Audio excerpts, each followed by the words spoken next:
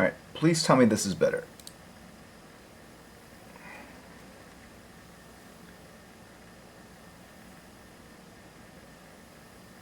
Alright, fantastic. It was weird. The output settings in the video, when I went in, I changed it, and the screen, whatever, the aspect ratio changed. So I went back in to mess with some more. The original resolution did not. It disappeared. I can't even phrase it properly, but there was some weird thing where it was at 22. I don't know, something by 16 something, and that option disappeared, and now I'm streaming at like 34 by 3440 by 1440. So hopefully still works okay. All right, let's get back into it. So this is a piece of art. It's kind of a special stream. I bought this piece of art. I broke my cardinal rule, and let me just get into the whole, like, very quickly. I remember my very first or second Comic-Con. It was Dennis Cowan, and he was talking to some other professional, like lamenting the fact that he went back and he bought some of his own artwork, and it was much higher price than what he sold it for, but he wanted it back, and he regretted selling it in the first place, and so that kind of stuck with me. And in my head, I was like, if I sell it, it's gone forever, and if I want it, I will keep it, and I will not fall into this same trap, this story that Dennis had shared, and then this came up for auction, and so I broke the cardinal rule. I bid on it. I ended up winning. It cost about $40,000, which is I don't know what I sold this for, but it was not anywhere close to $40,000. And I only say this not to brag or anything, but because if I were a YouTuber, that would be like, that would be my expression, and it would be like $40,000. Like, artist spends $40,000 rebuying artwork he probably sold for, if I sold this back in the 90s, I don't know, maybe $1,000, $2,000 at the most, I think, right? So, yeah.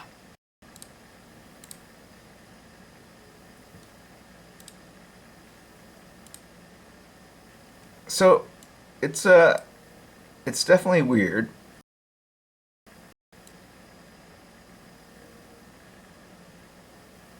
And but I got it because it bugs me that the ink faded, and this ink, just to recap it for, I had a I started a stream, and I stopped it because we were having some lag issues. But I inked this using India ink, Sharpie, which did not fade, Crow Quill, and then the stuff that's all brown was probably a Pentel mark. It was not a light fast marker, is what we call it. Not non-archival ink. And when you bombard UV radiation, which is what you see in the sun, it powers Superman, but it also is the kryptonite for most magic markers that you buy over the counter. It's not medicine. Stuff you buy at CVS or Walgreens or whatever. And that's kind of what I used back in the day. I always prided myself on not having to rely on the nicest equipment or tools or ink or nibs or any. I felt like, give me an instrument and I will draw it. And I did this piece about probably about 4 hours, and I probably just grabbed the closest marker, frankly, and just started inking, and it looked fine. And here we are 30 years later, and it's faded. And so it kind of, I don't know if it broke my heart, but it did make me feel like I can fix this. And in fact, I think I'm the only person that can fix it. Maybe Scott Williams could, but he inks in a different style. And since I inked this myself, it would look odd for him to come in because he would do his Scott Williams's, stuff to it, and it would look awesome, much better, but it would not look like the original. And so the goal is to recreate the original. And it's interesting because since I posted this on Instagram and then it was cross-posted on Facebook, it was interesting to see the reaction of a lot of the people. And please, in the chat, just tell me, stop talking and start inking. Once we get enough people saying that, then I'll stop. But I want to share some backstory to this. But it was really interesting hearing people, and let me check, hold myself to this. Okay, so Vincent Fourneau, yeah, he asked, why wouldn't you give the piece to Scott Williams? Well, because it would look like Scott Williams inked it. So the goal is to recreate it so it looked like the piece I did back in 1991 today. So people are like, aren't you going to be tempted to fix it? No, you don't understand. I am an inherently lazy artist. I'm not going to do this. It's not going to feel like work to me. Like work is like sitting down, doing 3D models in my head, perspective, getting a pencil, drawing, erasing like 3, 4, 5, 6, 20 times, moving a line an eighth of an inch, all that kind of stuff. No. This is much simpler. And in fact, I didn't want to oversell it or over-exaggerate it, but this is going to be super easy. No one likes a cocky person. Maybe. I don't know. Maybe these days people do. But I was a little disingenuous in my post by saying, oh, hopefully this worked out. Like, I would not spend $40,000 on a project where I didn't feel like I could do it justice, all right? This is the easiest thing I'm going to do today, all right? And that is not to brag, but literally it is restoration work, which is very different than drawing. And in fact, it's very different from inking. You're thinking, well, he's going to re-ink his lines. No. Because when you ink, you actually embellish the pencils. You add a little flair. You add line weights. You interpret. This is no interpretation. I'm going to be an AI monster and literally just like duplicate the line to the best of my ability so that in success, it should look exactly like it did back in 1991. All right? So there's no, I can turn off the creative part of my brain. It's done. It's over. Right? $40,000 failure. Yes. Crispy Grow. Yes. It would be a great title. And Rivermark, am I reselling this? Possibly. But the immediate goal is to restore it, and then, who knows. But it's interesting hearing all the dialogue around, well, it's going to be worth not much more, or, it's restored, and all these original art experts come out of the woodwork, and I don't mean to denigrate them, but it was funny reading it because I have my own thoughts on the matter, and they conflict with some of the sentiment I'd read online. And at the end of the day, people were like, why don't you just trace it on vellum? Why don't you just keep the original, because it's historical or whatever, and just create a new one? Like, if creating a new one, that's work. I have to draw, I have to think, I have to, and it wouldn't look exactly the same at the end of the day. Whatever I intended to do, it would look, and in fact, redrawing it to make it look exactly like I did back in the day would be so much harder than it is just to draw the way I draw now, right? So that's not what I'm doing. What I'm doing is I am basically one for one replacing the faded line with a new line that is exactly, hopefully, the same thickness, line weight, etc., etc. I'm not going to add any dits, dats, cross-hatching, new lighting, fix things that, like this whole hand here, right here, I don't understand. Like this tangent, blah, I probably should.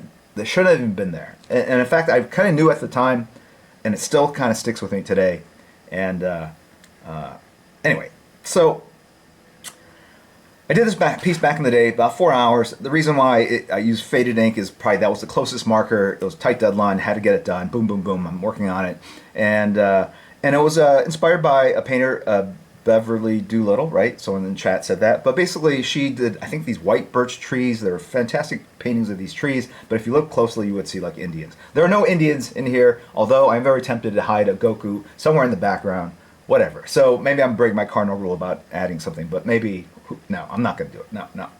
We won't do it. Okay, anyway, so are you keeping a high-res scan? I already made a scan, of course. Alberto, come on. I mean, like, I'm not, I may have no way. I may be technically challenged at times, but please give me credit. I can make a scam. Anyway, so let's catch up on chat here. Is this a replay? Noxious 74. It is. It is a replay. I streamed this a week ago, so unfortunately you're too late to the stream. But maybe next time. SJB, do you think it'll be worth more money after you restore it since you're the original artist? I hope so. That is part of the intent, right? I'd heard that the person that sold it bought it originally for $75,000, right? So it's gone down because of the faded ink. And people are going, well, it's restored. What is restored ink? I get it for the comic book space, right? CGC, all that kind of stuff. But for art, like, for example, if you bought some art, collective you, bought some art, let's say from X-Men #1 back in the day, and we met at a con, and you're like, hey, I bought this page from you for $850 back in the day, and could you sign it? And if I sign it ink in the corner, have I not defiled it? Have I not changed the original? What is the difference? Where is the line? You might say, well, it wasn't in the live art space. Well, you are changing and sort of updating an original piece from back in the day. And, it happens. It happens more often than you think, signing stuff.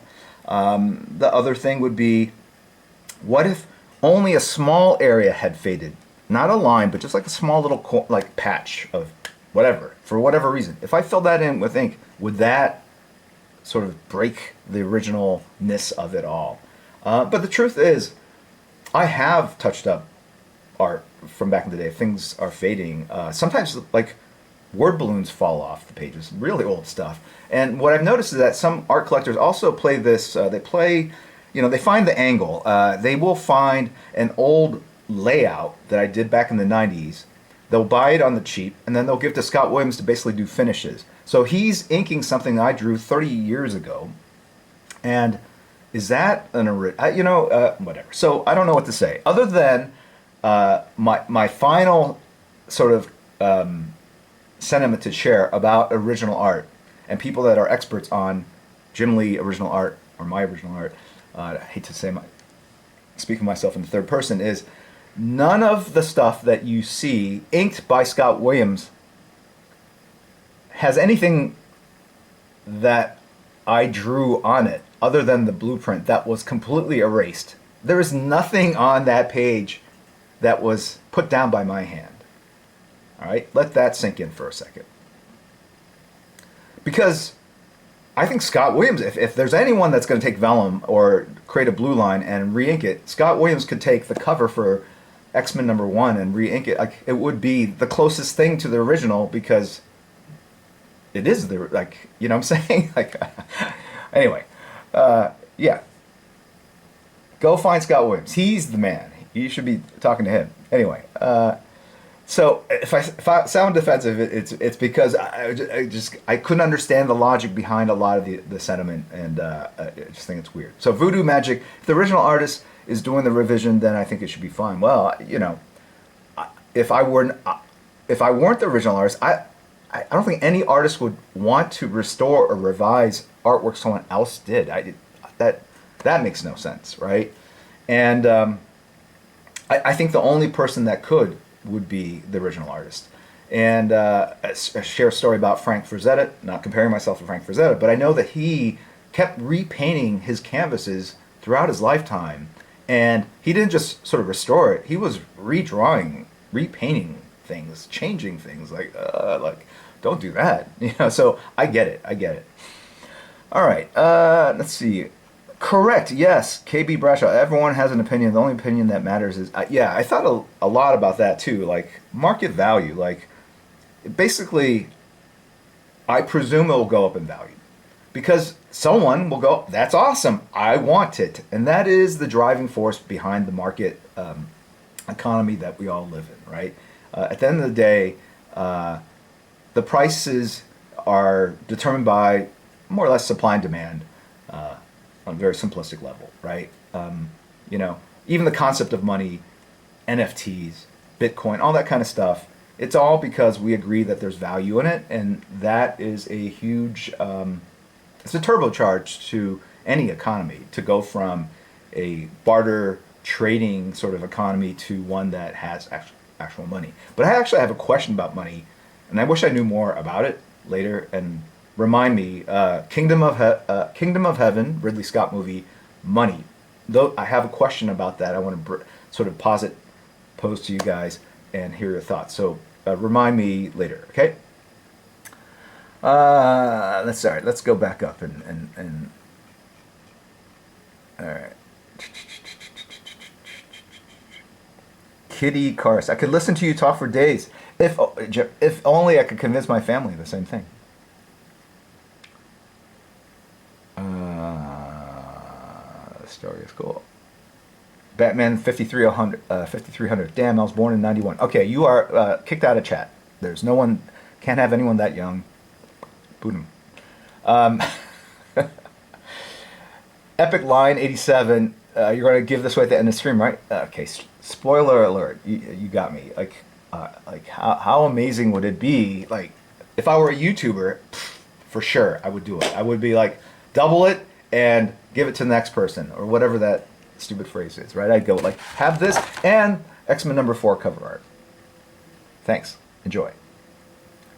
Yapping and inking. Don't worry, I'll get there. But I wanted to like really like just get this off my chest because it's been building up for days, right? DG Tal Jedi. It's my birthday. Give me a shout out. Happy birthday to you.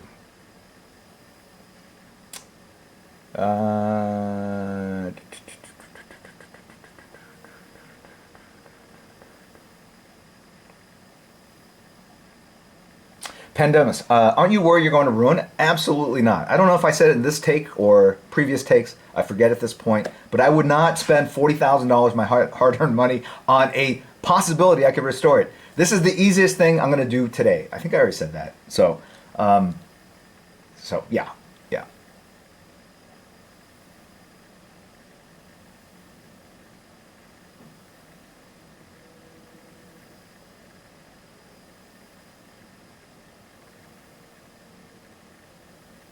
In fact, just even shedding light on it, probably a bad idea.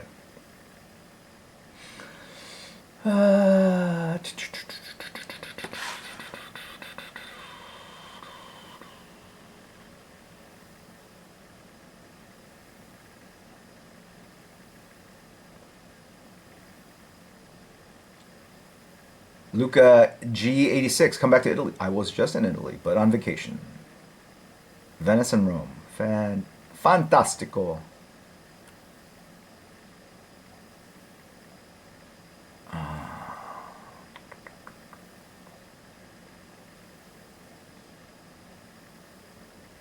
Grand Admiral Burtis. Yeah, it's all Scott Williams. I don't know why you want me to sign it, but yes. I burst the bubble. Jim Lee's career comes down crashing. That's the next YouTube video. It's like, take that picture and like a stock market red curve going down, down, down, down, down, down, down, down. Yes. Okay.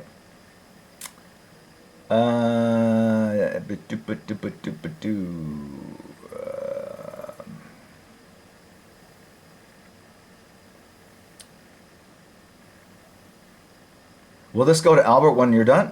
No. In fact, I had a lot of people reach out like, "Hey, if I bought this piece, could you, touch it up for me?" Like what? I'm gonna buy it. I'm gonna retouch it for myself.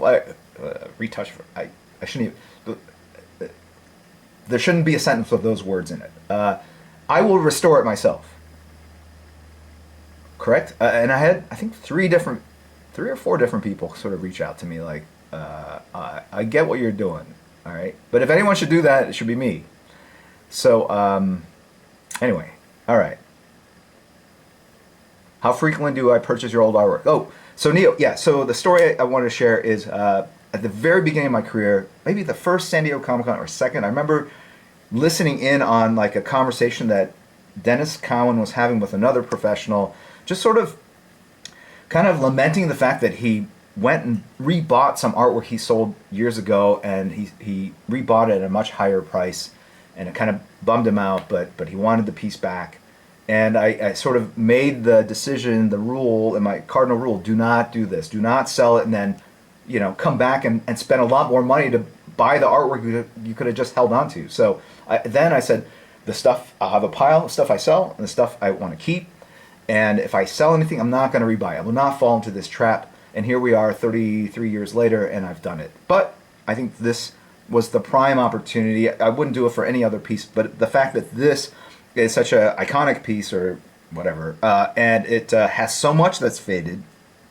And I actually think it's pretty easy to restore, like I said, because there's not a lot of crazy cross-hatching. That would have been much harder. If there was crazy cross-hatching, making that work would be a challenge, right? So let's get to it, all right? Now, the truth is, I wanted to make sure that it would work. So if you look right here, I've already started.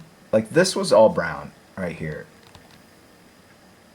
It's already been wreathed, all right? So I've got my trusty tools. These are called Light Fast. Light Fast. It's a technical word. Artistic means archival ink.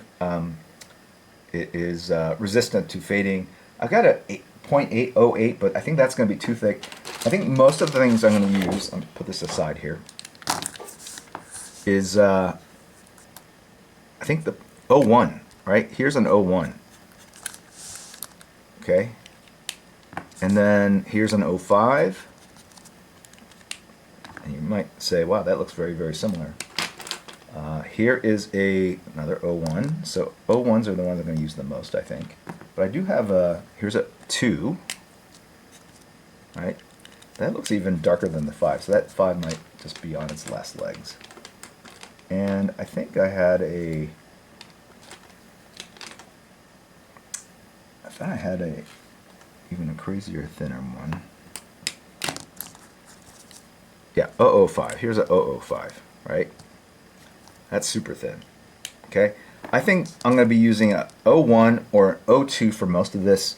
And so I don't sweat and smear and do all that. I'm going to start in the upper right-hand corner. Now, and this is another reason why this is very different than drawing. If I draw or ink, like if I ink my own work, I always start with the eyes, the most expressive part of the face, and then kind of expand outward from there. But because I'm right-handed and I don't want to smear lines I've already drawn, I'm going to start in this corner and just go down. I will probably skip the face and save that for the end because that's going to be the trickiest part. I actually have to pull up some reference to see kind of it's weird, the eye slits and the folds all kind of look the same.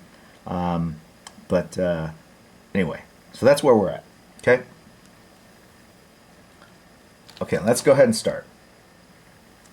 Let's start with the 01. Can you see this? All right, let's zoom in.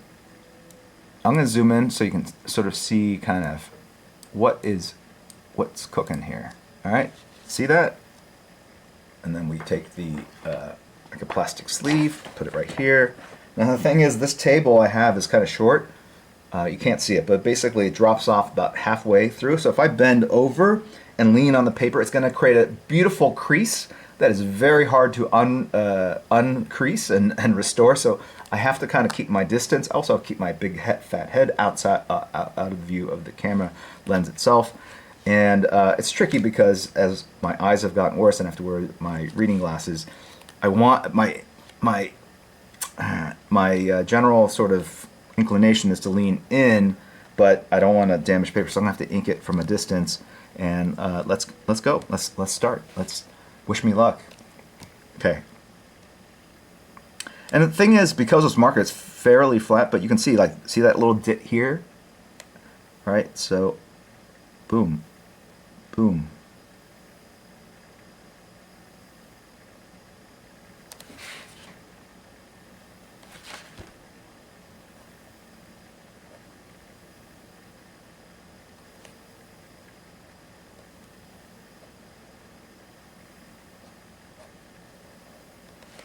Okay.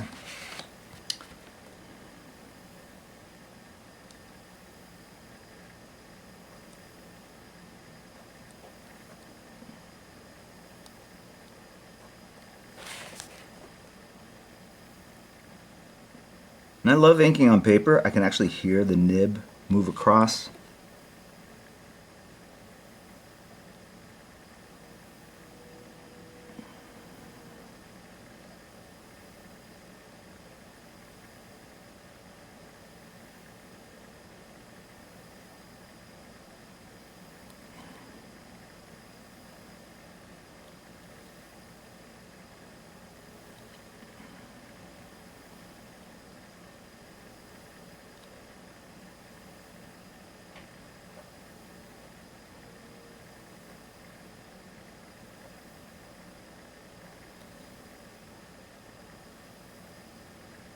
So the goal was to really make this an intricate piece with like twigs and branches overlapping each other.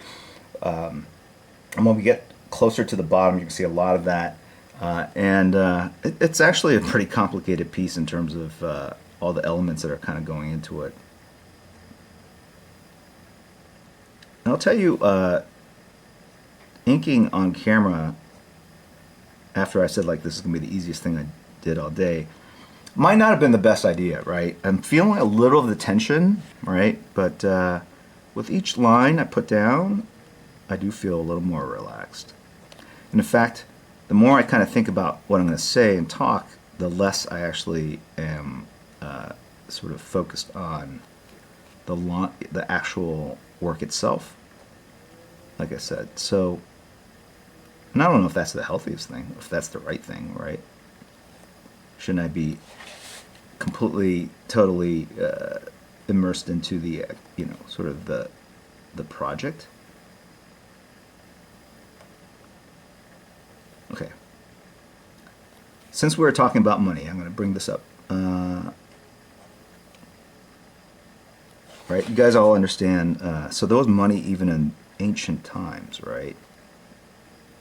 And so I was watching Kingdom of Heaven by Ridley Scott, the director's cut. You guys familiar with the movie?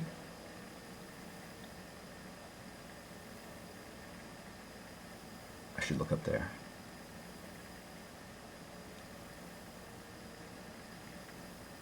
It is. Okay, yeah. So spectacular, like historical drama. It's based on a true story or historical, real life historical figures. But basically, this blacksmith from Europe goes and he's like the bastard son of Liam Neeson, who's like this great knight, crusader. And he goes to the Holy Lands in the Middle East, and he's given this sort of his, I don't know, bit of heaven on earth, but it's desert. But he gets the people that basically live and work on his property to dig new wells and sort of bring the land back to life. And I'm thinking, like, how does he pay these people? It's not like they had dollars and they would go to, the bank or the ATM and exchange it into whatever. I don't even know what coins they use in ancient drachma. Whatever. How did the locals use European coin? Who converted it? And did they float the currency like it is today, like the dollar against the euro, against the yen? It vacillates. Back then, I'm sure it did not. And maybe one European whatever equaled 5 whatever, what local currency, but who determined that? And who would honor it? And so how could this European pay all the locals to do the work? It's not like he could barter with them and say, I'll give you a goat and 3 sheep, do this. I assumed that they were financing all this. And there were spectacular palaces made in the movie. Incredible sort of monuments to the glory of God. How did they finance this? I get it how they did in Europe. Everyone agreed that these coins were worth money and that's what they got paid in. And obviously gold was the standard, literal standard, because everyone decided it was. But the coins they had, I don't think they were gold coins. They were like locally minted. So I'm going to look for the answers. Any finance experts in the stream? I know that it's very likely there'll be many. All right, what do we got? Is this the movie with Orlando Bloom? It is. Ed Norton was great. Yeah, he's the King Baldwin the Fourth. He has leprosy. I think that's his name. It's true. True story.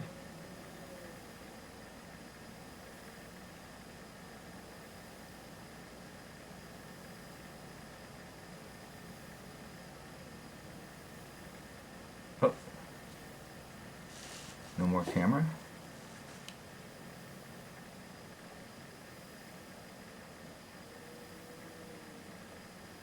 PJ Bison, trading and bartering. So you think what did he have to trade? What could he possibly? He probably had one check-in bag, one carry-on bag, and maybe a cross-body bag that he brought with him on a ship from Italy, Portofino or whatever in Sicily to the Holy Land. He had to unpack it, and he's got 3 chickens like in a bag. What's he possibly bartering with?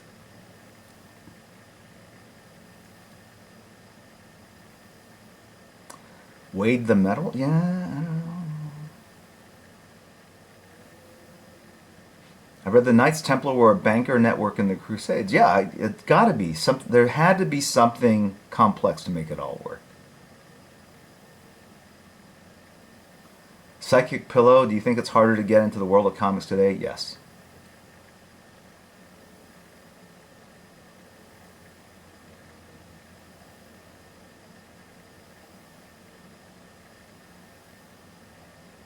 Huh? What happened? The video go away? I'm confused. No more camera. Oh, beautiful.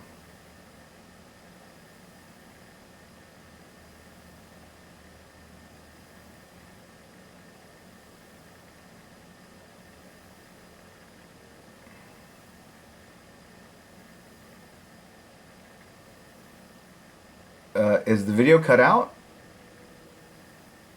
Is this literally a podcast? Video is completely frozen. Why? Why? For the love of God.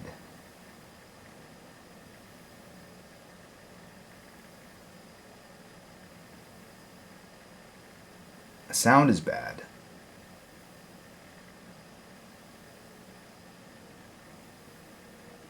Laggy. It's moving now.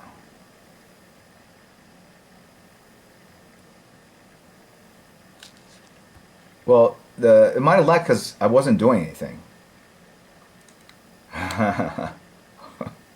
Sorry, I was like talking too much.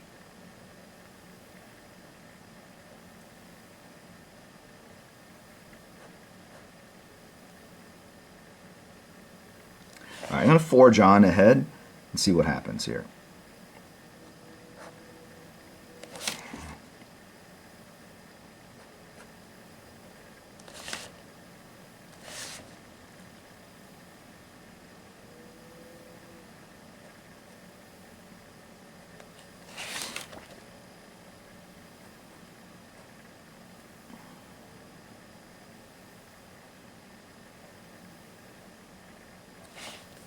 Okay.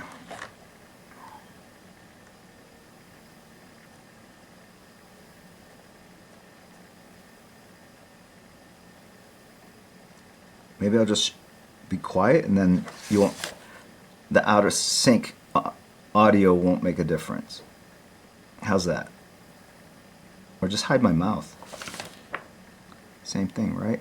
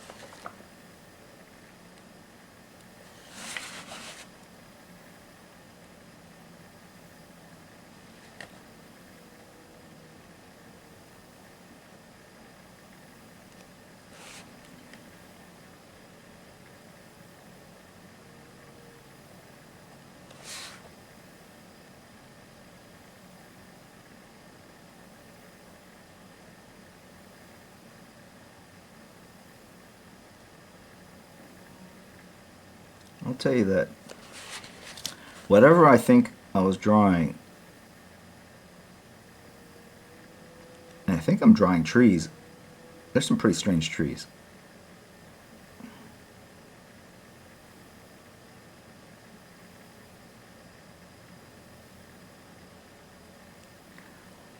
how old was I at this?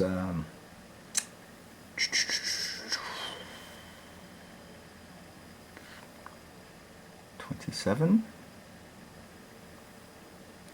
I was 27 years old. What did I know about trees?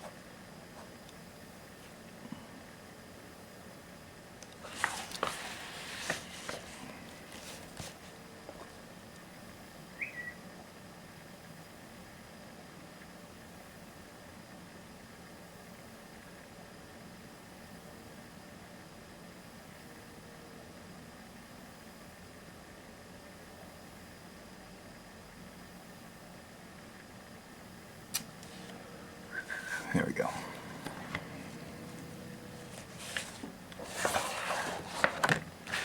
So look at this janky cross hatching. Like it's parallel and then it kind of starts crashing in here. Bad line control. I'm going to replicate it.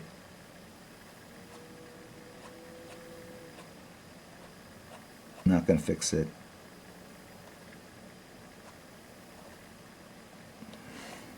Whoop. I could have added a little bit of a line, but it did not.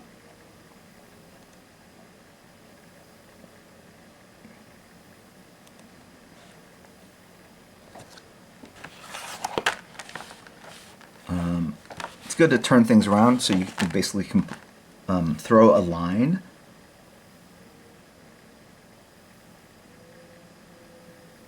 from your best sort of starting point. And again, see that little gap here between here and there? I kind of want to fill it in, but I'm not going to. See that kind of discipline?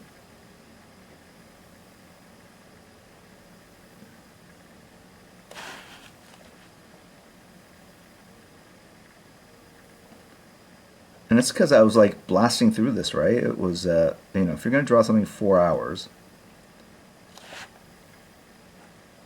there's light blue underdrawing. I probably put that very quickly and then just started drawing on top of that immediately. There were no finished pencils. I'm not a big fan of doing finished pencils of my own work if I'm going to ink it. It kind of takes the fun out of it. It's actually, like, this is better than actually inking like full pencils to me because I can turn my head off, my brain off. If I fully pencil something and then ink it myself, I think not only am I trying to copy the pencils that are down underneath, I'm figuring out what do I embellish, what do I not embellish. So at least with this, there's no embellishing. Strive to create exactly what you see. And you might say, well, when you do the same thing on your pencils, like, no, because pencils inherently are they're inherently rougher, right? This is inked, so there's only one line, whereas if you pencil, sometimes it smudges, sometimes there's underdrawing, and you have to, as an inker, you have to decide, well, what line do I ink? There's none of that here.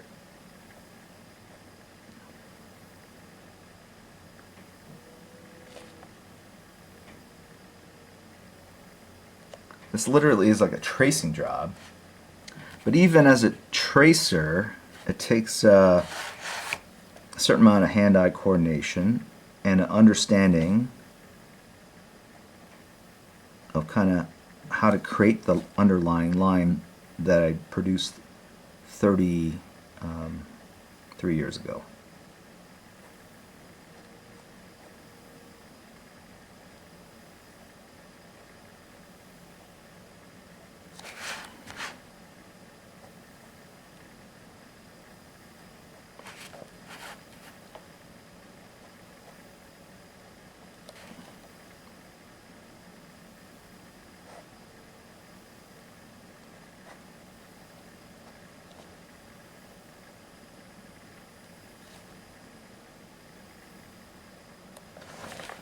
So the only thing about this is it's fairly painstaking, and you know, you got to stay focused. But it is literally a matter of time. You start here. It's been almost an hour, and I've gotten maybe like a 2-inch by 2-inch area, kind of semi-finished.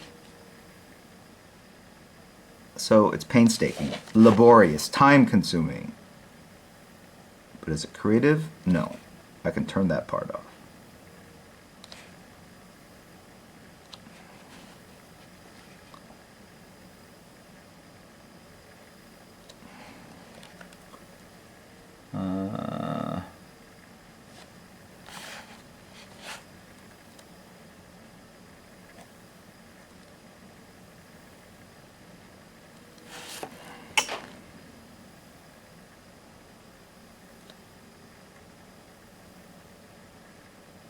And the funny thing is, because I'm trying to hit the lines exactly how I put them down, I'm probably inking 3 times more slowly than I did on the original, meaning probably just like boom, boom, boom. These are very organic shapes. I'm sure I was flying through it.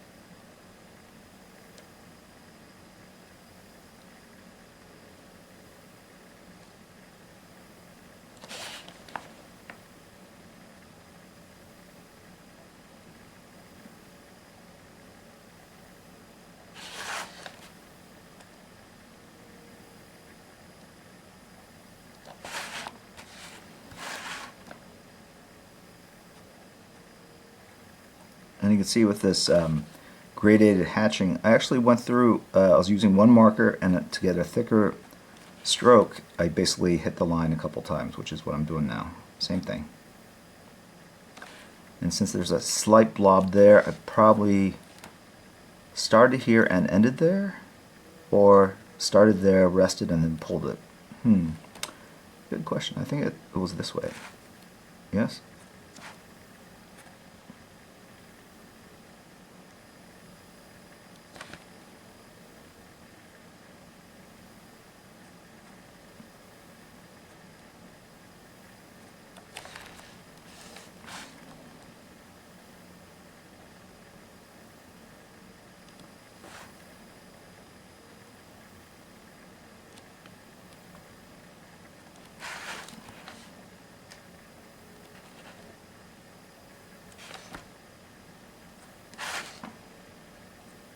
It's kind of inking a blue line, but it's a brown line because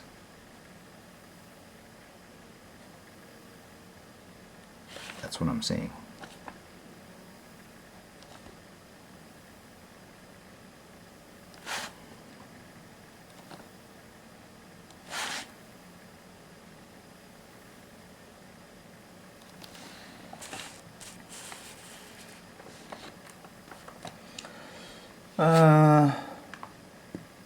Let's see.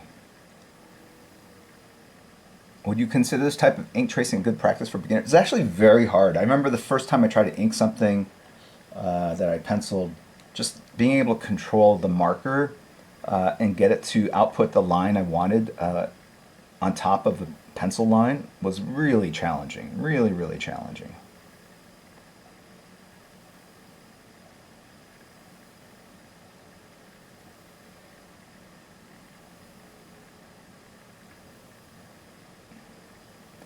'91 was a busy year for sure. I had like some old vouchers that, you know, when you did work, you got like a 3-ply form or whatever, and you kept sort of a carbon copy, or I don't know what you'd call it, but you kept your receipt of it. And I think I penciled like 260 pages and inked 75. I mean, that I don't think I was doing anything else but drawing.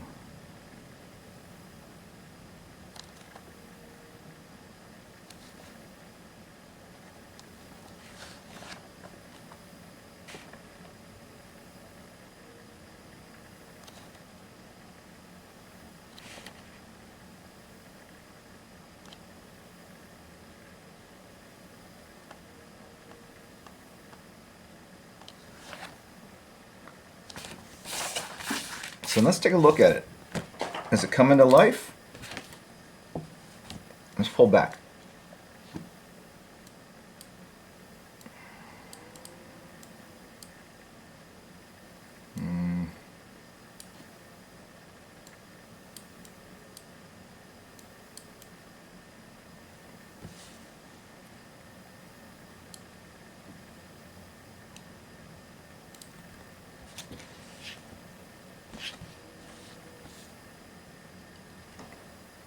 Do we have a before and after?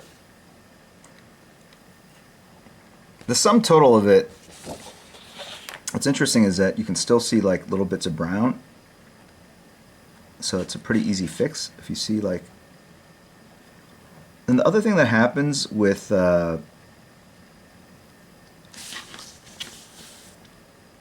line art, and same with like brown line art, which is what this is that once you put the darker value on top of the lighter value, the eye kind of does its own little HDR auto adjusting thing, and it basically pushes back the fainter lines. Like there's blue line here that's fairly dark, but you don't see it. You see the darkest shapes first, right? And then when you like study a little bit more, you see kind of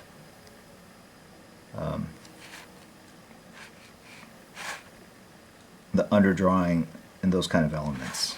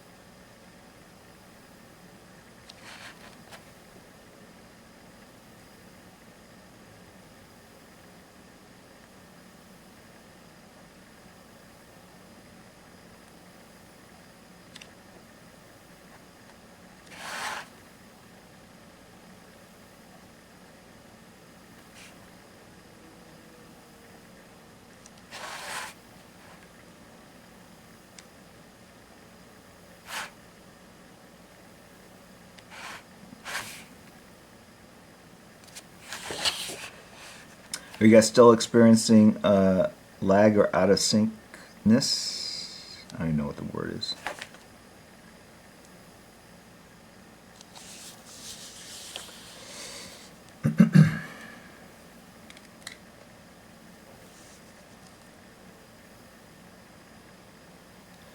Vincent Fornoof. It's not a ball pen. These are microns. These are, look, archival ink. Acid-free environments. Micropigment ink for waterproof and fade-proof fine lines.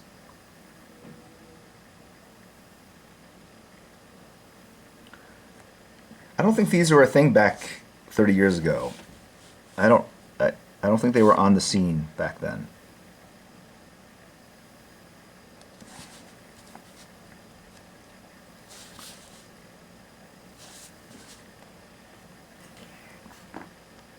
This plastic shield, you see I'm like just sort of kind of dumped it because it's too big. So let's get something else. Is it too much to put a DC logo here? Use this envelope. You're going, what the heck is this? Look at this weird piece of paper. It's got like a thing, a pouch. Like you can put something in there and seal it.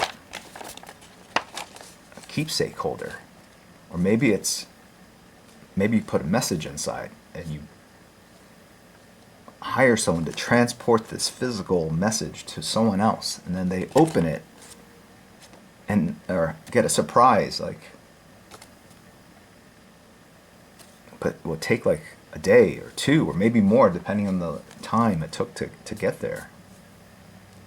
But you'd have to create a pretty elaborate system to be able to transport things like this all around the city, if not the country, and think of the world. I mean, wow.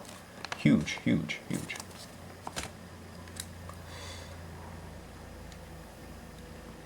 Audio is like 10 seconds behind video. Why?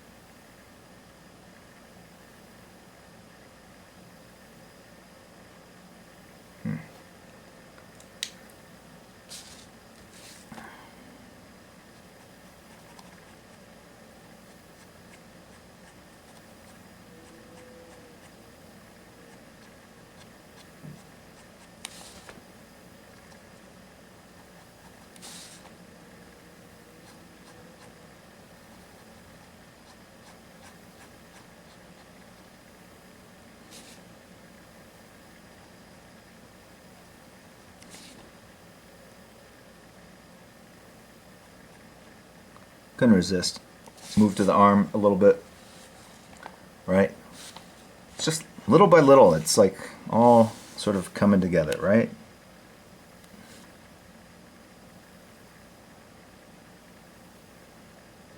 As I get more confidence, i.e. my hand-eye coordination improves, given I started this fairly early, although I've been jet lagged. I woke up at 4 o'clock in the morning.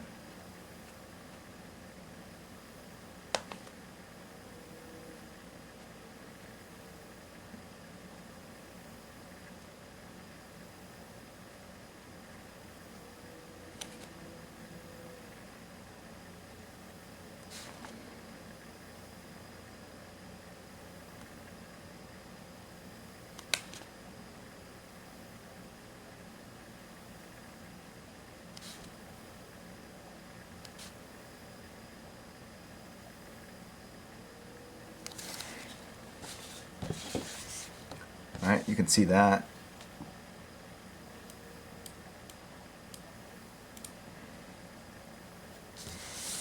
Okay, let me give you some stuff to. I'll probably do this for another half hour till about 10:30, I think.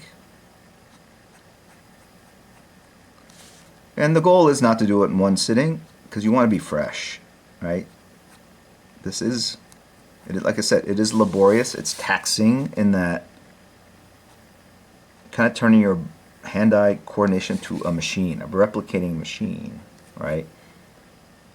While I may not be using the parts of my brain that I normally use for drawing, creativity, blah, blah, blah, there's a fair amount of other stuff that's going on here. Just being able to control the marker and have it do what you want is in and of itself taxing over time. Like one line like that, like no problem. Do 50 of those, 1,000, you're gonna see some degradation in ability. So I'm just jumping around now.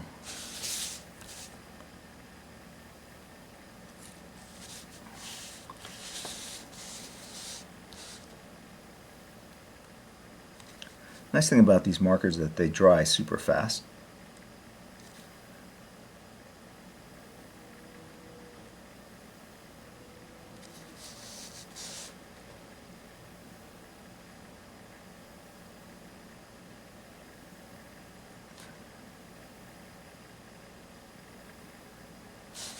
What I'll probably do is I'll post up kind of, because I have a scan already of it, I can post up sort of before and after, so you can kind of see it come to life.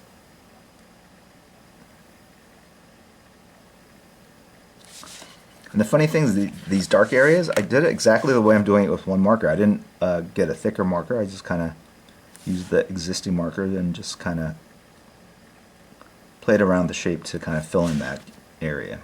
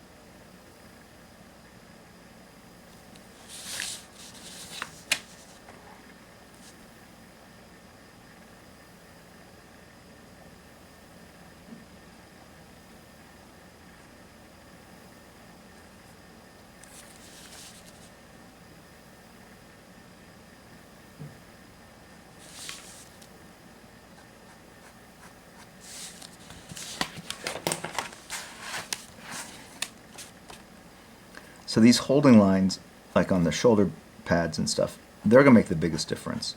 Because once you put those down, you'll actually see forms like redefined in ways that they weren't originally, because it had faded and just kind of...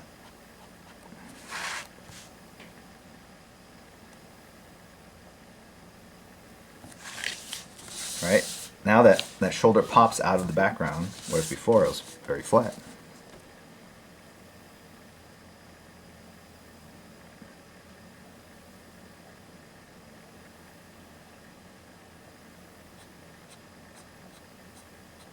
So yeah, and sometimes there's a temptation where that line went over the holding line. Take a little whiteout stick, hit that, clean it up, but I will not. I will not.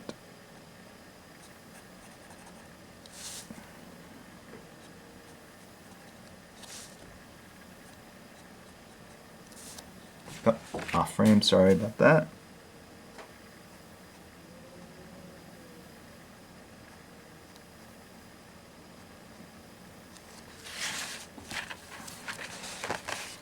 So this whole arm is sort of being restored back into three-dimensionality. And I'm hitting each of these hairs that I see on there. I'm not creating new hair.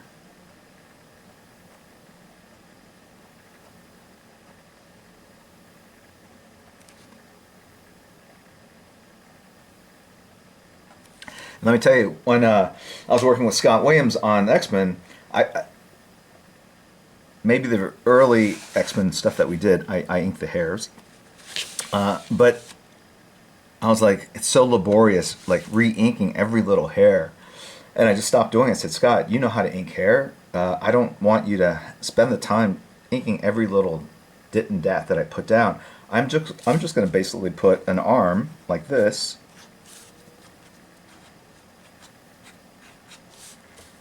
Right?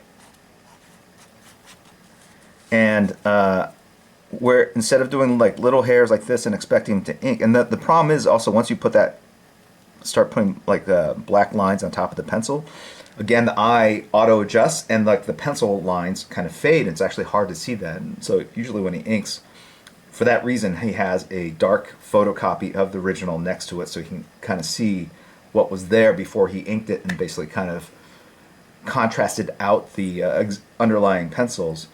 So anyway, with the hair, we just got to the point where I just drew contour lines of where the hair should be, how far, and the curvature of the hair, right? So I would do this. And so that meant put hair up to this line. Sorry, darker here. There's got a little spittle in there. Darker here, lighter there, in that general sort of curvature. Does that make sense? And look how much faster you'd go if you just do it yourself versus trying to hit every line I put. And actually, once I put too much hair, you start losing the rendering, the cross-hatching of the muscles, all that kind of stuff. So it was actually like this line here might get lost if you add a ton of hair, at least as instructions to the inker, like, okay, I'll hit that and then I'll put hair on top of it, right? So a little bit of history and probably a good approach to doing that kind of stuff.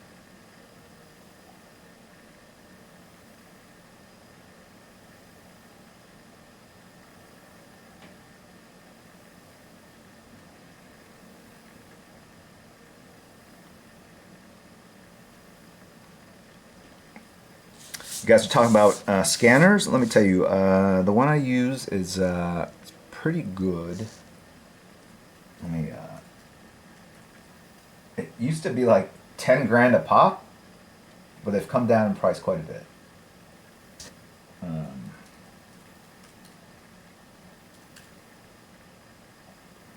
Let's go on Amazon here.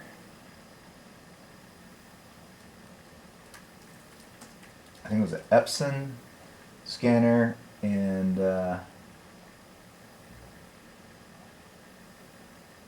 hold on a sec, let me.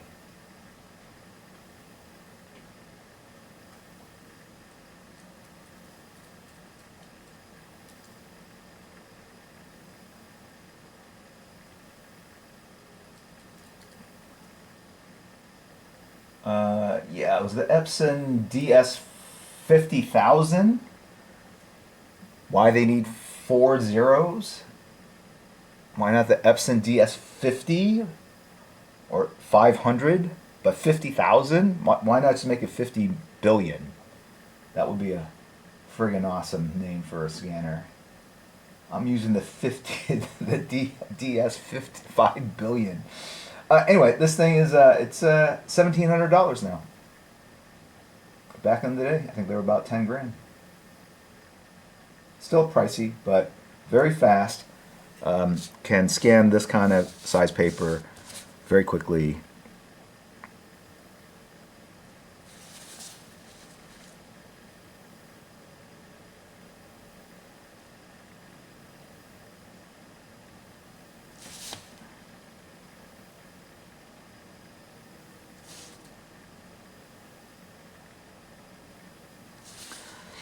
You know, it's funny.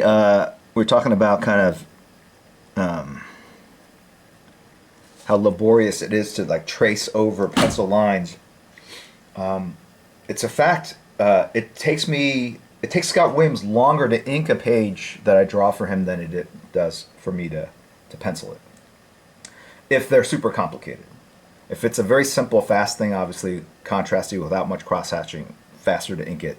But if I do a very complex piece with a lot of cross-hatching and bits of detail, you can see how he would have to like figure out the angle of approach on each line, each shape, and that's time-consuming. And then he's got to interpret what he's seeing. Good inker is worth their weight in gold. I've always said that. I like this paper too. It's got a kind of a rough finish to it. It's solid though. It's not super slick, not super rough, but it is rougher than some of the paper stock that we use today.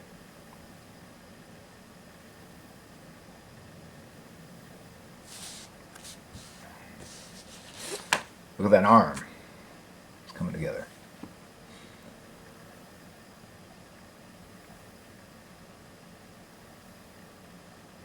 Wonder why the connection's so bad. Like, it's weird. I've got 0 drop frames. I've got 4 green bars. Like, it's crazy. Hold on. Let me try something.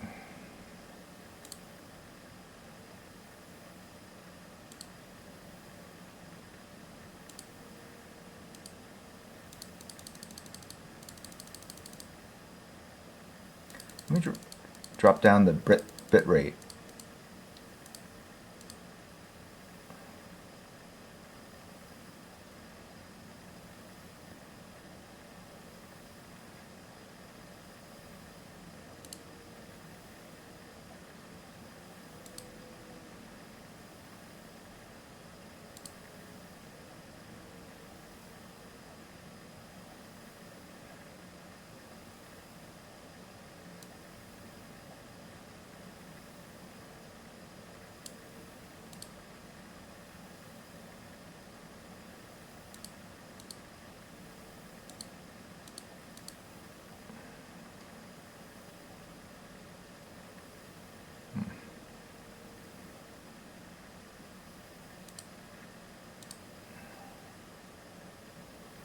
Yeah, we had this issue before with the sound.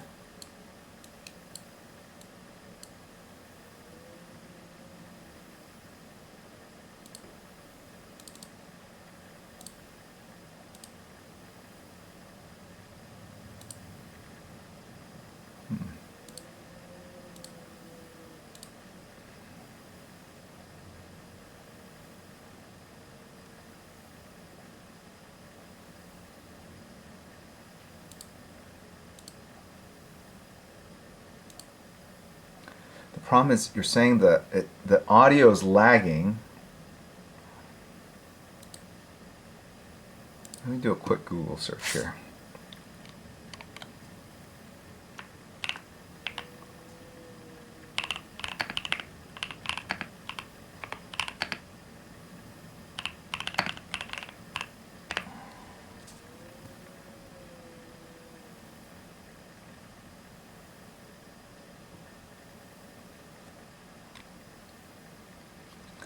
Make sure the sample rate matches the sample rate of audio device in OBS.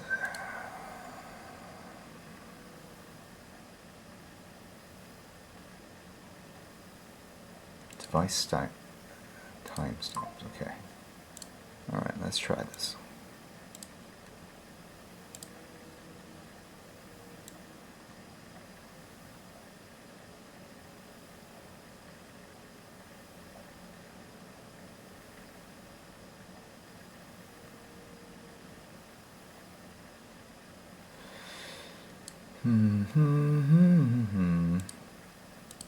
Unfortunately, I can't change a lot of it.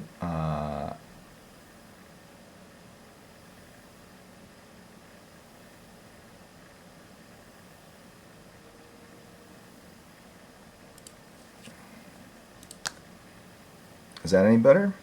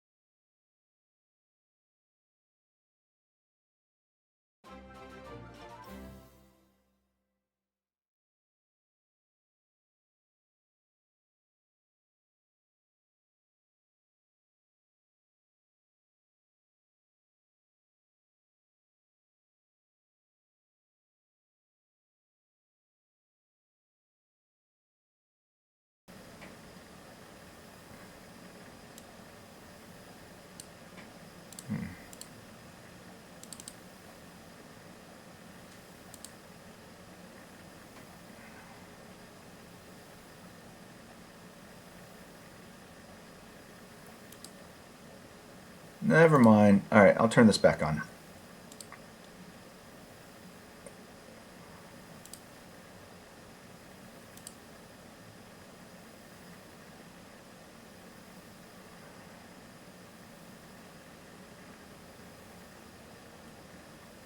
Thing I don't understand.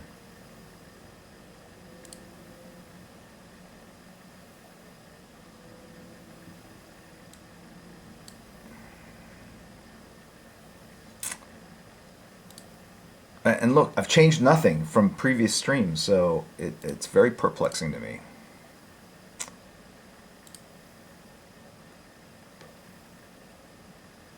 Wilder 1251. Audio is synced. All I did is I turned it off and turned it back on. Oh, yeah.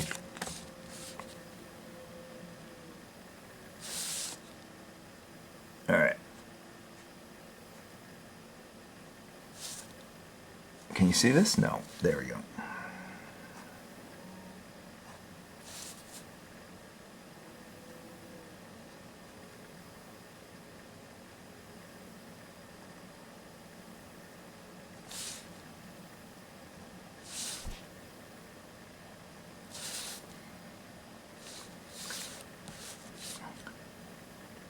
I think the problem with jumping around like I am is you might forget something.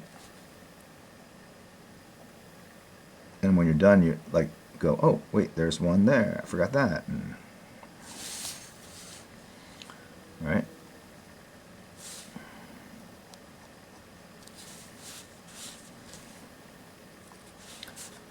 So, all right, let's go back to this.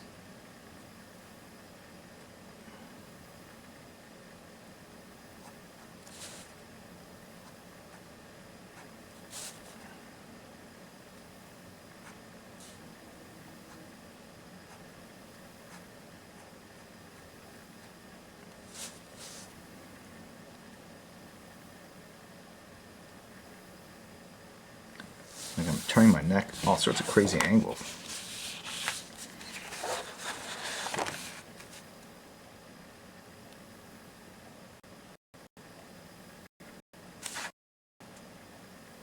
So I've been streaming for like, what, an hour and a half?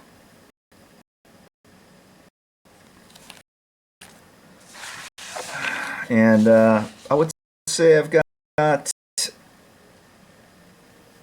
one, two, three, four, five, six, 7, 8. About like 1/30th of it done. So 30 times 90 minutes, 30 times an hour and a half, looking at like 45 hours. Does that seem reasonable?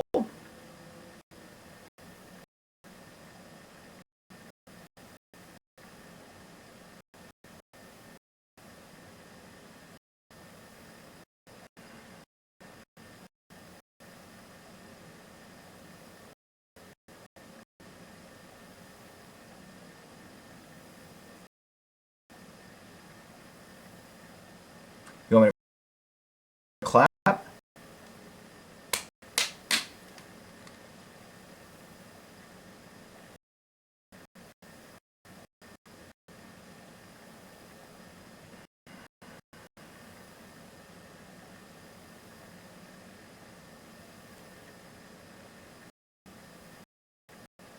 Can't rush quality. Yeah, that's good.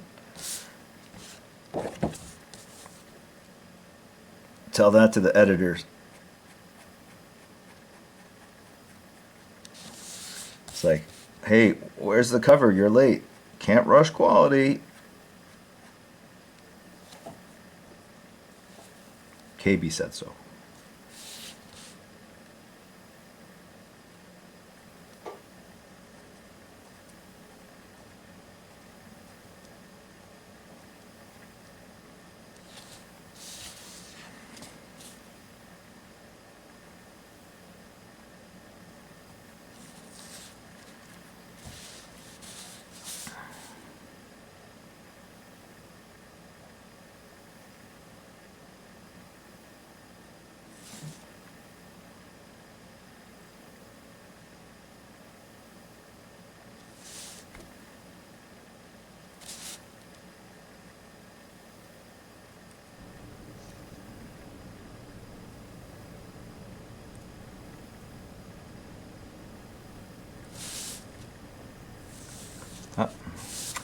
Off frame again here.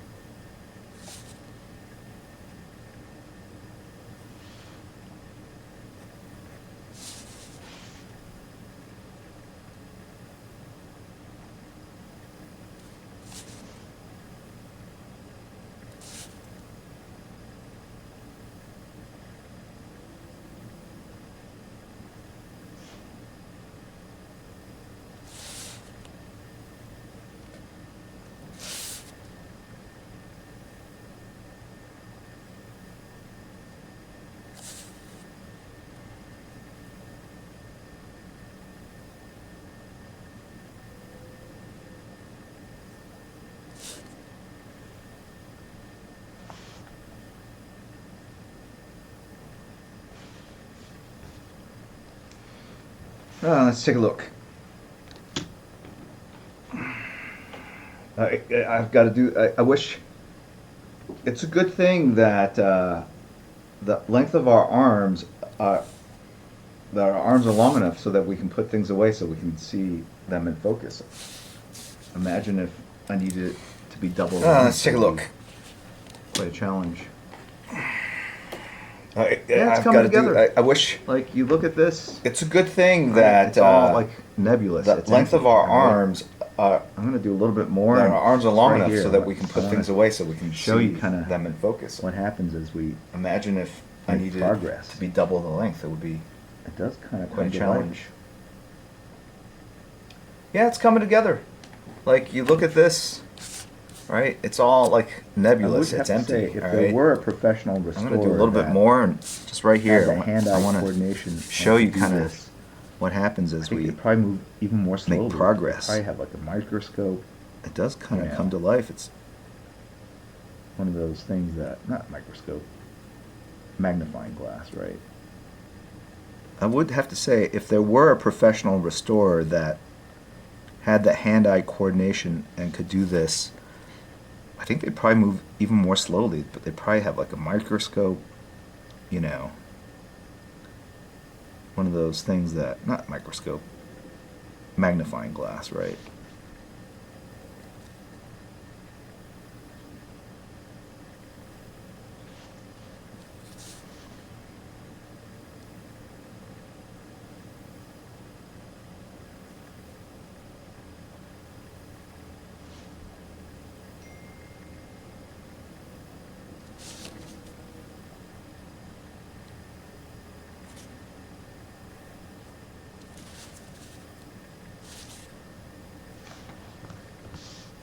All right, see that tree branch now?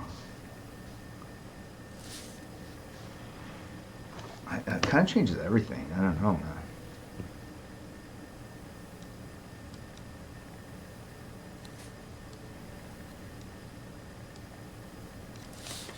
Having some fun with this. All right, see that tree branch now? All right, that little corner. It kind of changes everything. I don't know, man. While I'm looking for the... Where's the cover for these markers? I keep it dry. What happened to it? All right, that little corner.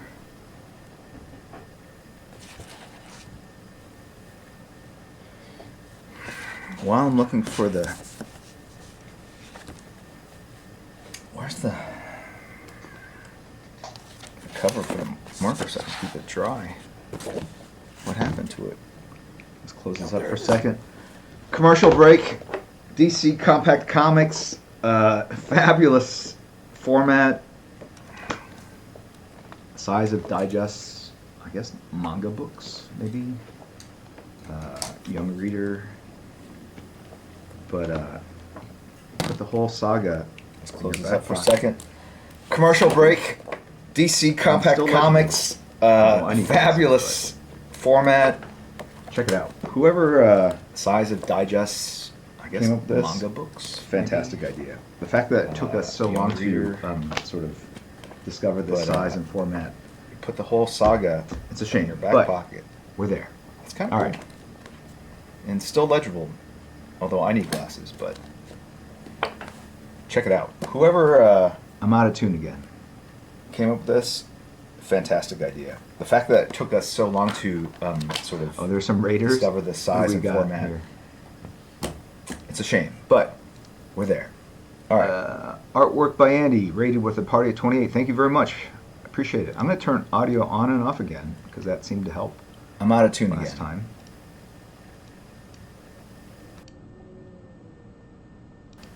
Oh, there's some Raiders. Who do we got here? Even if it doesn't work, just say it did. Make me feel better. Artwork by Andy, rated with a party of 28. Thank you very much. In sync, Jim, and then there's I'm going to turn audio on and off again. Your audio is double. Oh. Last time. Hold on a second.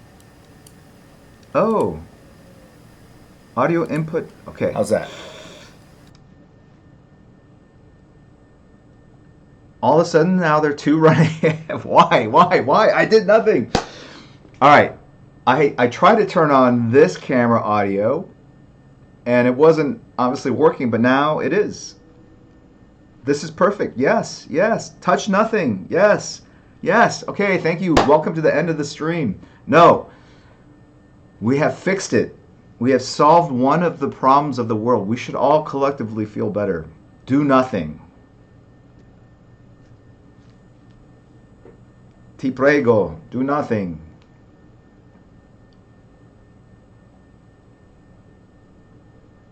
Ignore all my frantic calls and texts. Okay, hold on. Oh yeah. Sorry, I got to turn you off mute, Crispy. Okay, got it.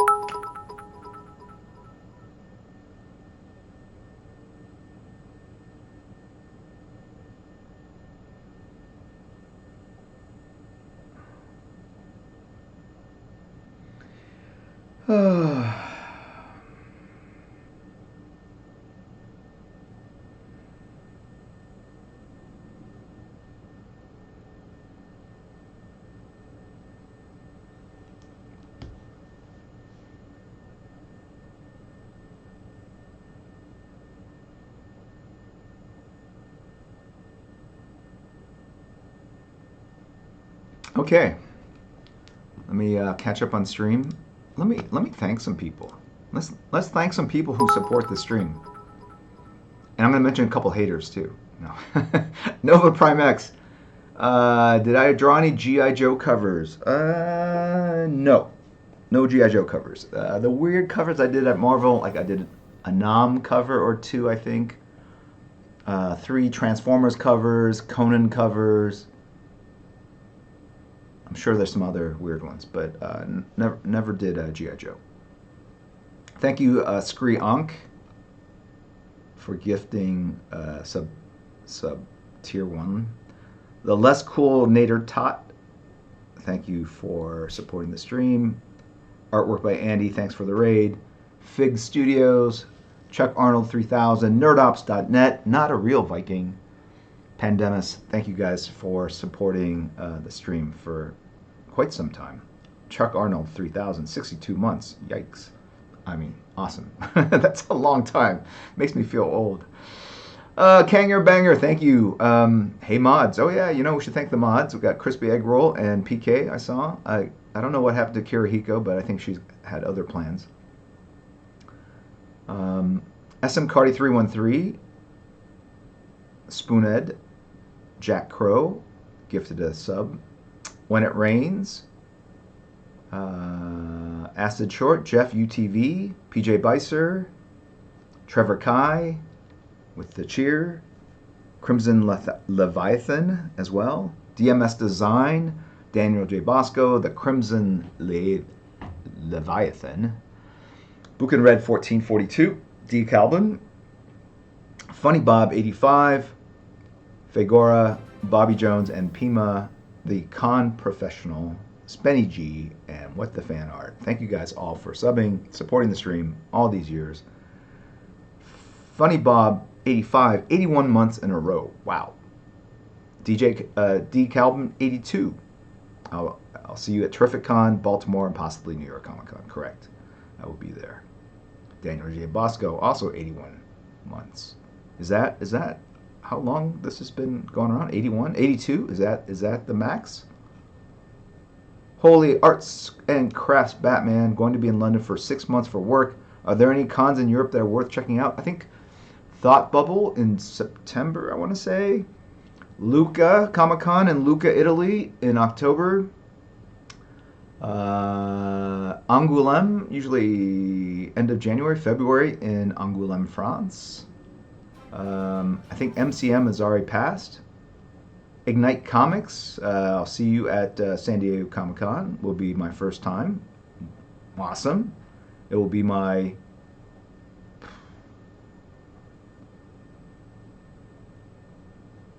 36th, but skip 2 years for the 34th in person Comic Con. It's a lot. Okay, let's do a little bit more, and then okay. I don't know. Are you excited for these trees?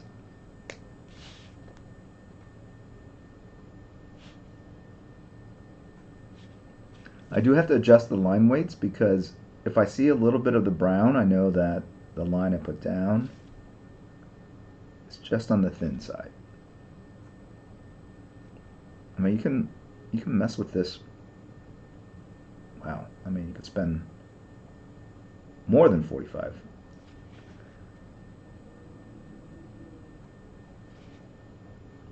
More than 45 hours for sure.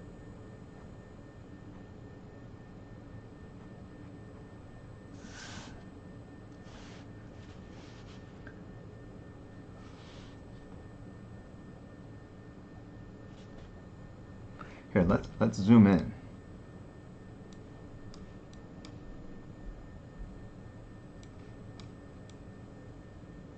I see what's doing.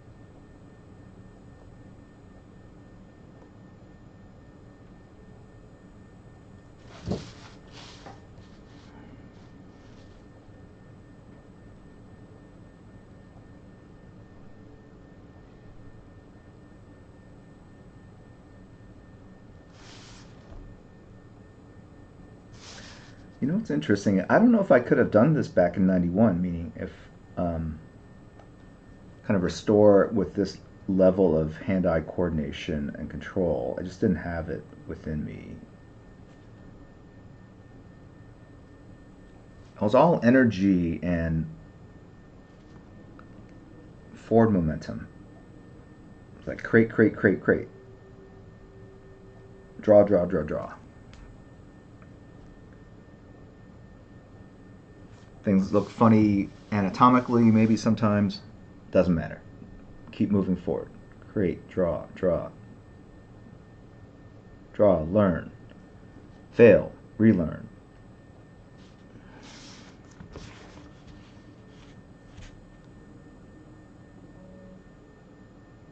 That's 27, 28, right? So it kind of makes sense.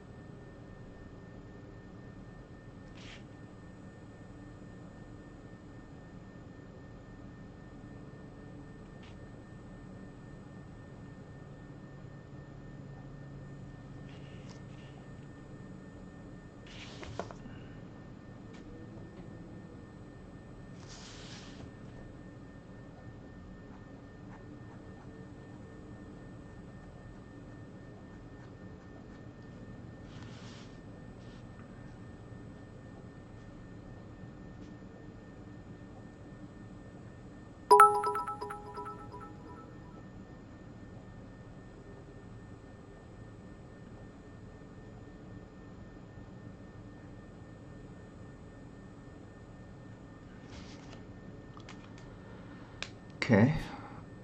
A pause here. See what's going on.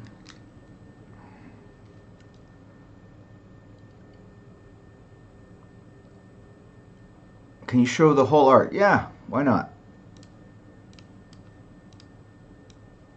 I just wanted to kind of show you the details.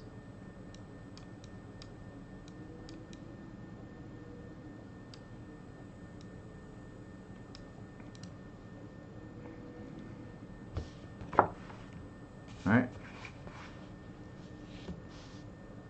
See that whole area come to life?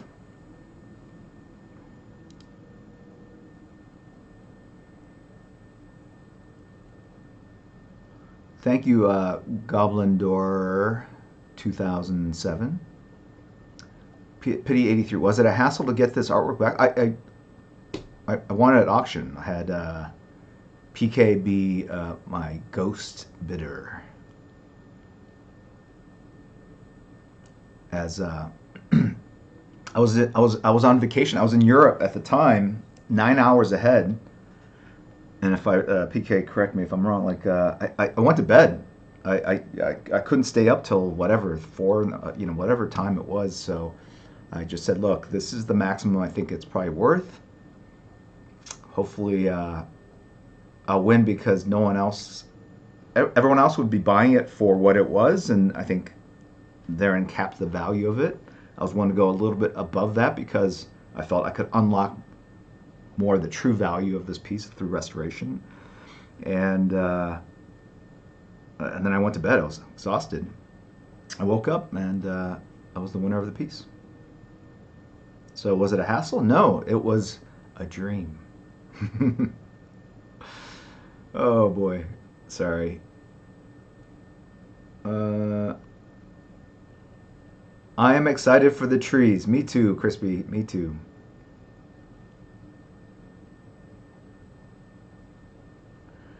Tony Dr. Doom 90. Hope to see you someday at Napoli Comic Con.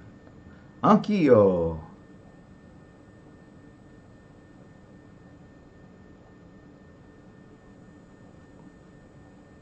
Manarek. Hello. Thank you for existing. Well, thank my parents.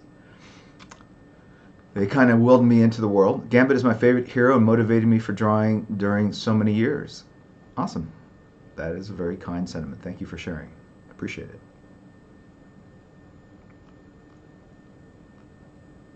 Bobby Lex. I'm tabling at Baltimore and will definitely see you. Sounds like I owe you some money.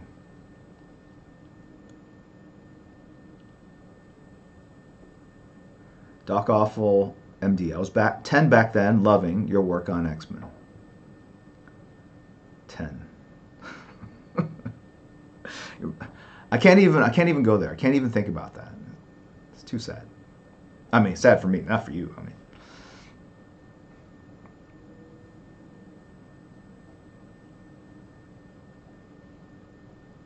first time chat from Raider. Death XO kisses. Death kisses. Used to like your work, what you did on the X-Men around the 90s.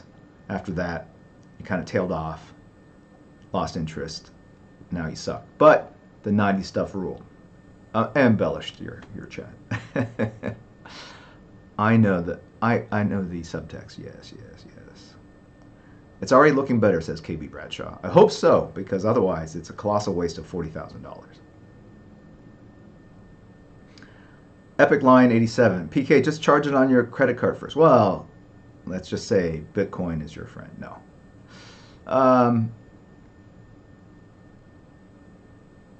Twitch of Batman. Triumphant victory. PK was out there like a gladiator. Russell Crowe in his loincloth, his sandals, short sword.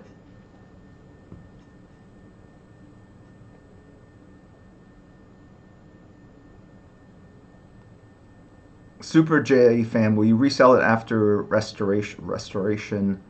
DM me.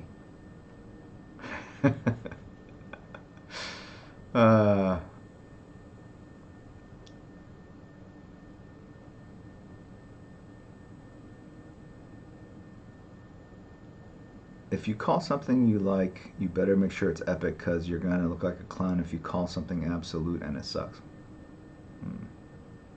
Yes, Nova Prime X, 40K. Yes, gee whiz. Yes. Yeah, that's a lot of cabbage. No, lettuce. I'm Korean. It's cabbage. We don't eat lettuce. No, we do. We eat lettuce too. Uh, oh, Voodoo Magic, just hating on the chat. KB Bradshaw, I could buy a house or this piece from Jim. Like, yes, exactly.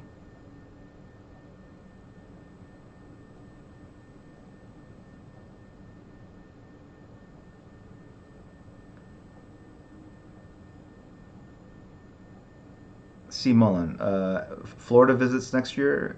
Nothing planned, but you never know.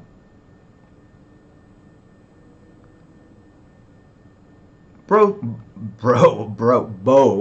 seems like a kind soul. Yeah, sure, it's no problem.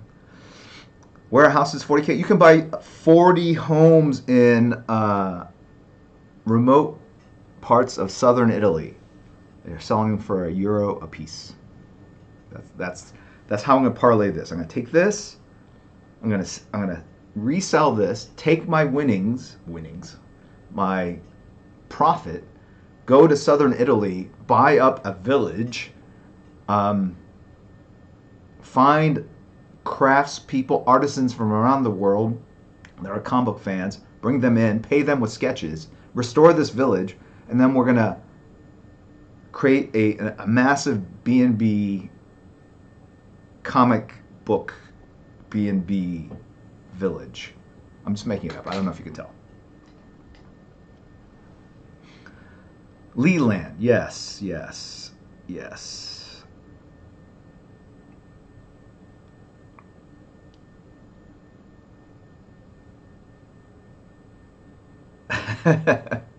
No kidding. Please do that. You never know.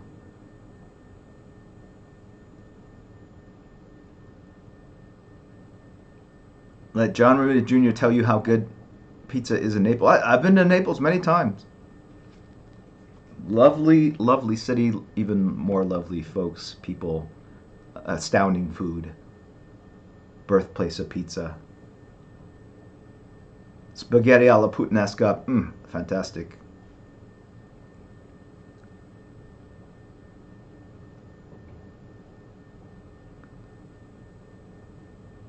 Andrea Saladino. I won't sell my house in Calabria if you do that. Fantastic.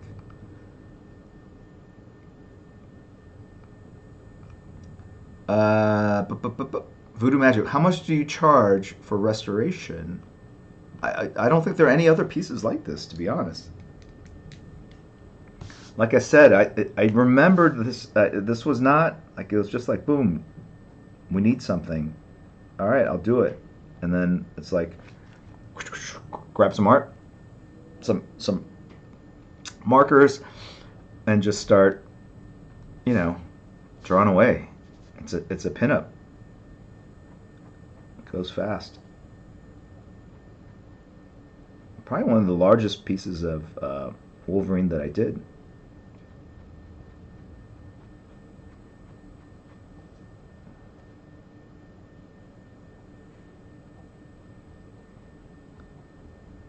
Getting a little braver, working on that jawline.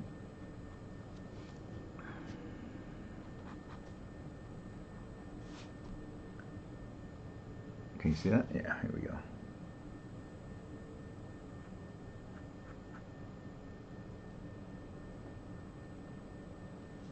The goal is make sure I don't put any whiteout on this piece, right? Because whiteout would be, because there's no whiteout on it now, and a whiteout would mean that I kind of screwed up a line or something like that.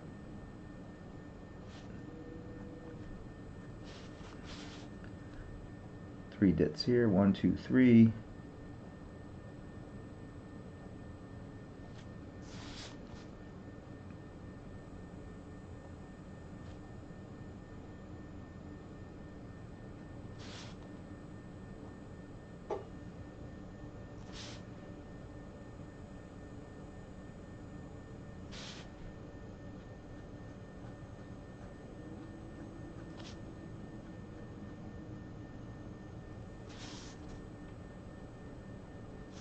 Okay.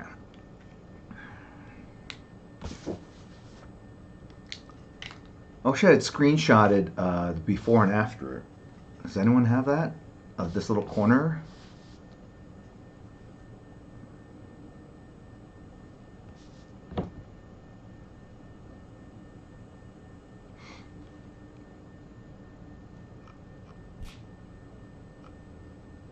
People like this idea of the. I used to live in Reggio Emilia. Correct. Reggio Emilia. Certamente.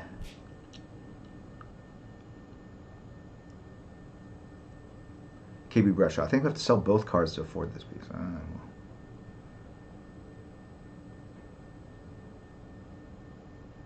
Doc Awful MD.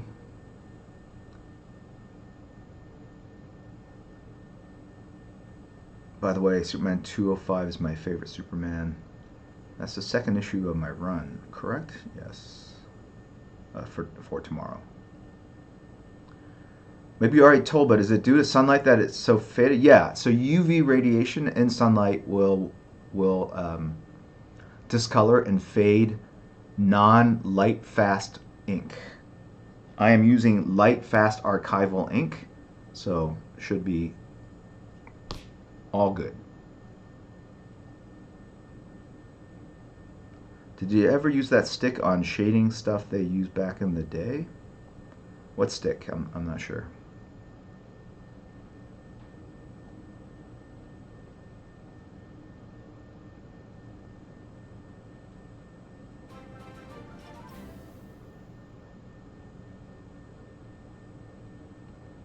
Who colored the original? No credits in the comic itself. Good question. I don't know. Joe Rosas colored a lot of my stuff, but I don't know if he colored this piece. That's a good question. Mr. Raha 99, Jim, can you get by living in Italy just talking English, or do you feel you needed to learn to speak Italian? In Reggio Emilia back in 2003, you needed to speak Italian. Very few people spoke English. In fact, when we used to go to conventions and appearances in Italy in the 90s, a lot of the fans didn't speak English, but now predominantly the majority do. So it has changed. But you know, if you go to a village or a tiny city or a smaller city, being able to speak Italian makes a big difference. And even I'll tell you, you know, and it's one of the things I love about Italy is that you know, how you express yourself, how you carry yourself, you know, you can convince people of things, right? There are rules, and then there are ways to get around rules, and being able to speak in their same language does sometimes offer up opportunities that would not exist if you were just an English speaker, right? They will, you know, maybe do more for you, or give you access to something, or give you priority because you're speaking their language, and it's easier for them to communicate with you than for them to kind of have to, especially if their English isn't that great.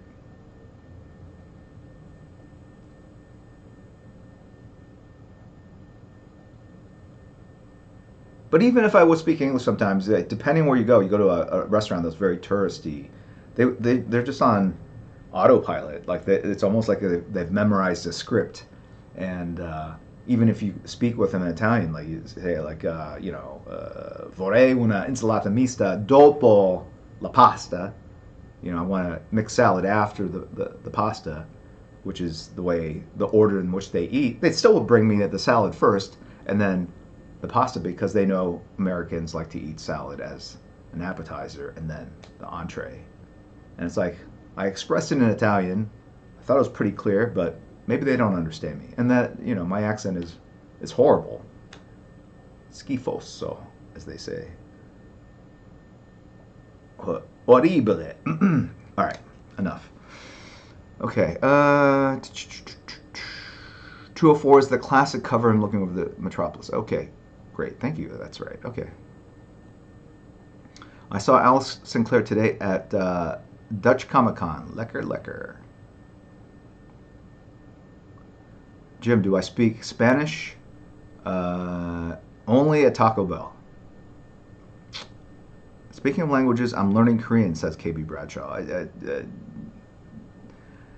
Yours is much better than mine. Korean is my it's my worst language. I would say German, then Italian, then Korean, and maybe English in there somewhere. Pandemus. I always got weird looks in Italy for only wanting the main course. Well, you know, it depends on the restaurant you go to. Like most Italians don't eat a 5-course meal or a 3-course meal every meal. It's too much, you know. What is the yellow avatar? I can't even see it. Adore muscle. I don't know. I can't. Hold on. Let me just highlight it here. Adorable muscle.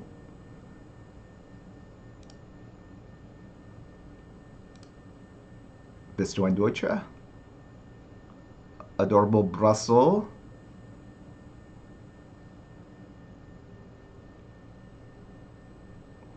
Wohnst du in Deutschland? I don't know what else to get.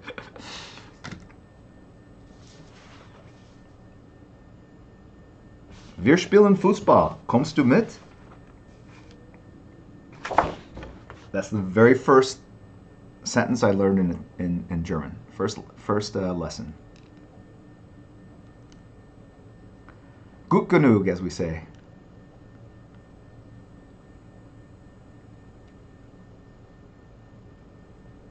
See you later, Dr. Midnight. Okay. Let's do a little bit more of this, and we'll do our customary raid. And I can already tell I feel much more comfortable inking versus what I started with.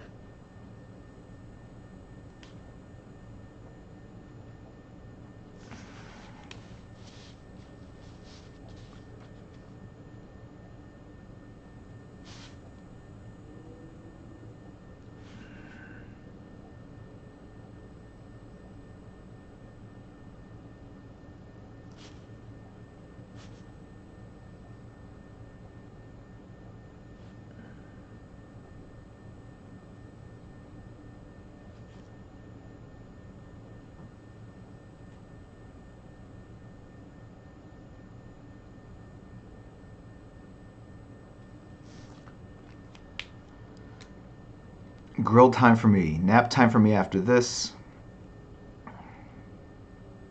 I don't speak Spanish, just forever. But if you speak Italian, you can understand a little Spanish.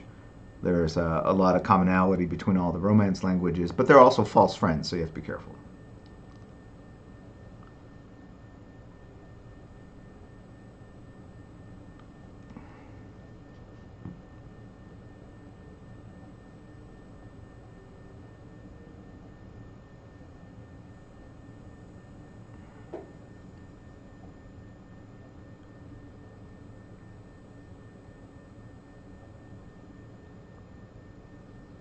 Steve Buccellato, sorry.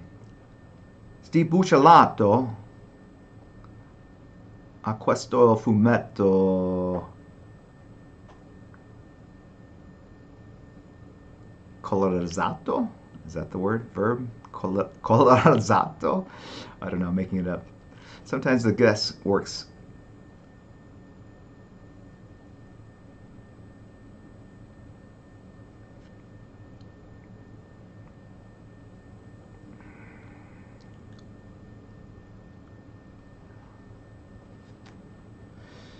Ja, ich habe Deutsch 8 Jahre, ich habe 8 Jahre Deutsch studiert, aber ich habe fast alles vergessen. Es tut mir leid. I wish I spent more time, you know? Anyway.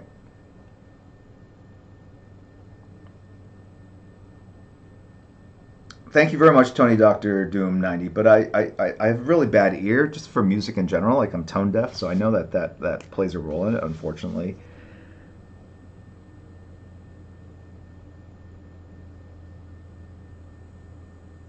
But I figured out a secret for those of you who are learning languages, because the accent is so important.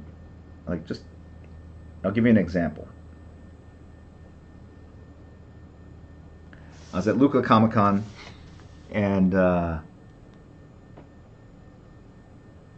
we're talking actually about Naples, and I was saying like how much I like it, and then the person I was speaking with was like, "No, no, no, Naples, too many cows, too many cows," and I'm like in my head going, "Cows? Like, it's a city. I don't remember seeing farmland, you know." You know, what's this guy talking? Maybe there's a different Naples in a different province or region, but he was saying chaos, but with a heavy Italian accent. Chaos, chaos, chaos, cows, cows, right? And it was like we had a good laugh, but just being able to kind of pull that in just a little bit.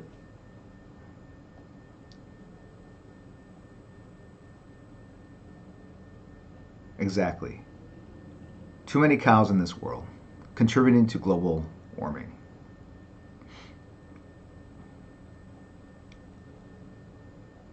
Big Boss 138. Chi means so many things in different languages. The best is Chicago. Chicago, right? A city. But in Italy, you say Chicago.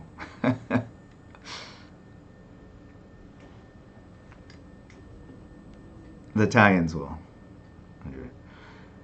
Deutsche war eine von meiner Hauptfächer, als ich Student war, habe auch in Wien studiert, aber heutzutage benutze ich die Sprache gar nicht.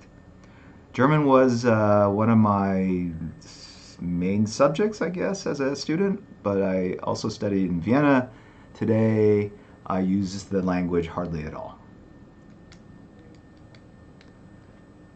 KB Bradshaw, that's right. You want to do the up and down when you speak the Italian. You want to do the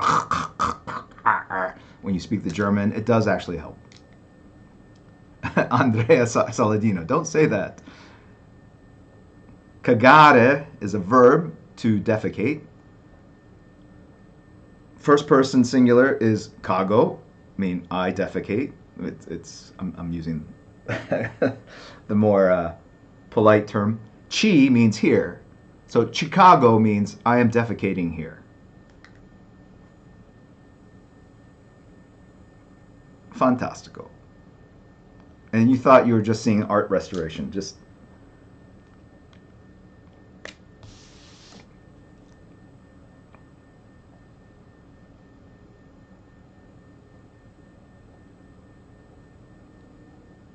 as we say, strano.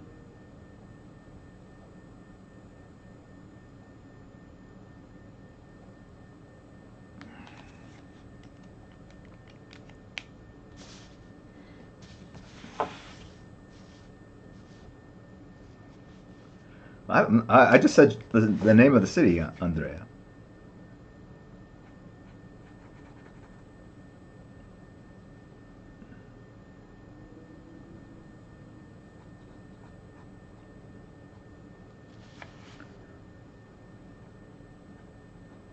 But whoever came up with the name of that city, would they have, you know?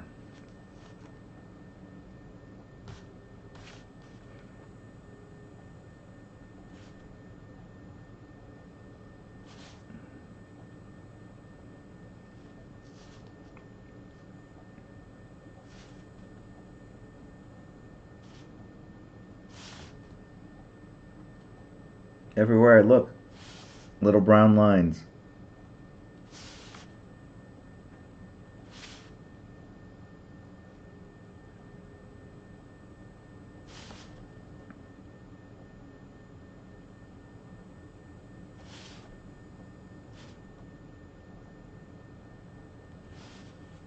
Okay. All right, I'm gonna stop here.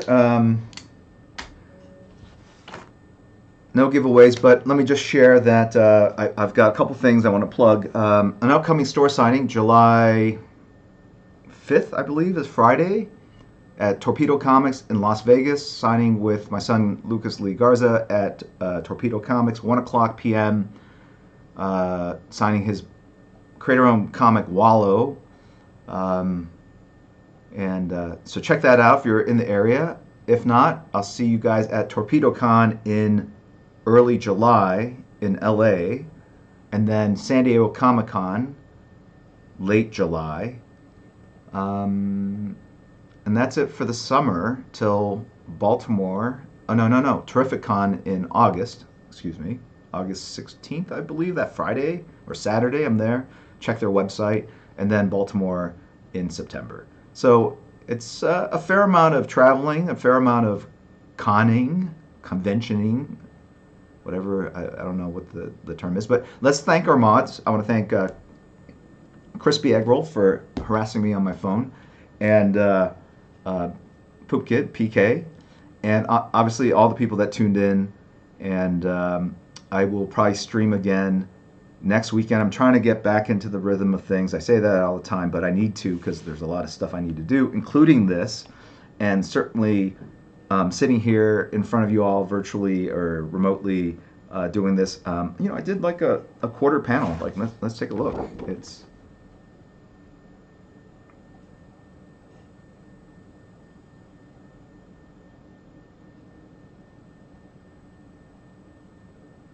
No, other way.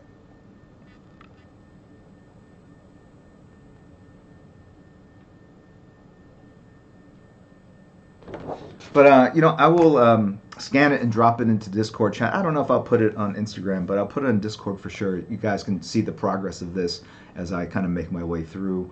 But we're gonna go raid somebody. So for those of you who've never done this before, we're gonna find some other creative that is streaming right now. We're gonna drop in our adorable selves and basically show them a good time. I mean, no, we're gonna surprise and delight, support, cheer, subscribe,